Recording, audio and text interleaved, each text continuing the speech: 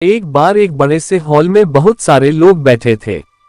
वहां पर दुनिया का एक बहुत ही बड़ा स्पीकर आने वाला था और सब लोग उनकी बातें सुनने के लिए वहां पर आए थे।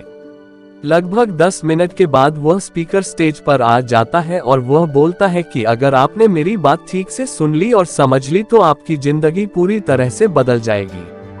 उसके बाद वह अपनी जेब से एक बिल्कुल नया चमकता हुआ 500 रुपए का नोट निकालता है और उसको ऊपर करके सबसे पूछता है कि ये नोट आप में से किसको चाहिए। ये सुनते ही सब लोग अपने अपने हाथ ऊपर कर देते हैं।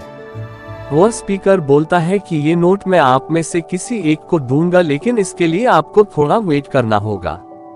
अब वह स्पीकर उस नोट को अपनी मुट्ठी में बंद कर लेता है और थोड़ी देर तक उसको मसलता है। अब उस नए नोट में सल पड़ जाते हैं और वह थोड़ा पुराना सा दिखने लगता है और वह एक किनारे से थोड़ा फट भी जाता है।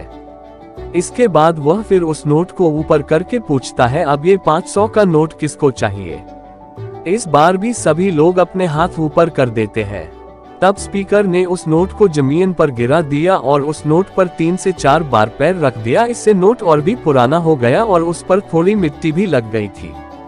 फिर उन्होंने उस नोट को ऊपर किया और पूछा कि अब बताओ, अब इस नोट को आप में से कौन लेना चाहता है। और इस बार फिर सब के सब ने अपने हाथ ऊपर कर दिए।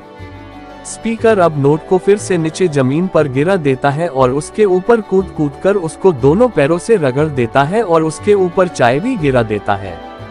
अब नोट इतना गंदा हो जाता है कि उसको पहचानना भी मुश्किल होता है।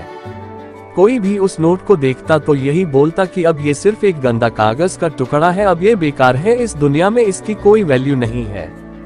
स्पीकर ने एक बार फिर उस नोट को उठाया और ऊपर करके सबसे पूछा, अब इस नोट को कौन लेना चाहता है। और इस बार भी सब के सब ने अपने हाथ ऊपर कर दिए।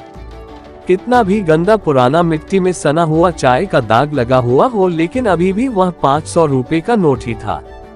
जिंदगी कई बार बड़े बड़े झटके देती है। आप एग्जाम में फेल हो जाते हो या जॉब के इंटरव्यू के बाद आपका सिलेक्शन नहीं होता। जब आपका बुरा समय चल रहा होता है और आप सिचुएशन का सामना कर रहे होते हो, उसके बाद आपको लगने लगता है कि आप सफलता के लायक ही नहीं है। आपको लगता है कि दूसरे लोग आपसे बेटर है और आप किसी काम के नहीं हो, आपकी कोई वैल्यू नहीं है। हमेशा याद रखो, इससे कोई फर्क नहीं पड़ता कि आपने कितनी बार सिचुएशन का सामना किया है, आप जिंदगी में कितनी बार फेल हुए हो, आपकी वैल्यू हमेशा वही रहेगी जो पहले थी। आपके पास कुछ खास है जो दूसरों के पास नहीं है और ये कोई भी आपसे छीन नहीं सकता। अब तक सक्सेस नहीं मिलने से आपकी वैल्यू कम नहीं हुई है। आप अभी भी अपने बारे में कितना भी लो फील कर रहे हो, उससे कोई फर्क नहीं पड़ता। जो लोग आपको अच्छे से समझते हैं वो लोग आपके वैल्यू को उतना ही मानेंगे जितना पहले मानते थे। तो अपनी वैल्यू को समझो और कुछ बड़ा करके दिखाओ।